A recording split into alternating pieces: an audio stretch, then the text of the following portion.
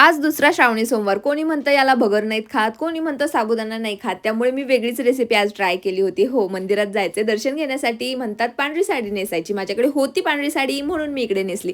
आणि या गोष्टीचा ना सध्या मला खूप जास्त छंद लागलाय. वेगवेगळ्या बांगड्या घालायचा. वेगवेगळ्या बांगड्या मिक्स मॅच करायच्या आणि त्यानंतर त्या घालायच्या. खरंच खूप छान दिसतात. आज महादेवाला तिळाची मूठ व्हायची होती त्यामुळे ते इकडे घेतले. गेल्या वर्षी मी चाफ्याचं फूल घेऊन गेले होते. काही जण म्हटले चाफ्याचं फूल सुद्धा महादेवाला वाहत नाही. आता एक गोष्ट तर मला माहिती आहे की हे धोत्र्याचं फूल तर महादेवाला वाहतात म्हणजे वाहतात.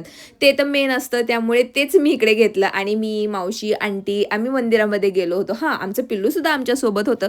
तिथे गेल्यानंतर आधी तर आम्ही पूजा करून घेतली. साधी भोळी आमची पूजा. खूप अशी शास्त्रोक्त पूजा काही येत नाही.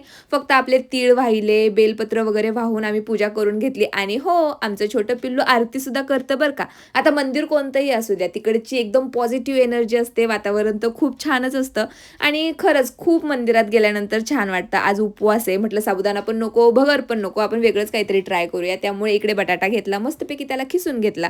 आता कढईमध्ये ना मी थोडंसं तूप घातलं. गेल्या सोमवारी कोणीतरी मला ही रेसिपी सजेस्ट केली होती. म्हटलं आज आपण तीच ट्राय करून बघूया.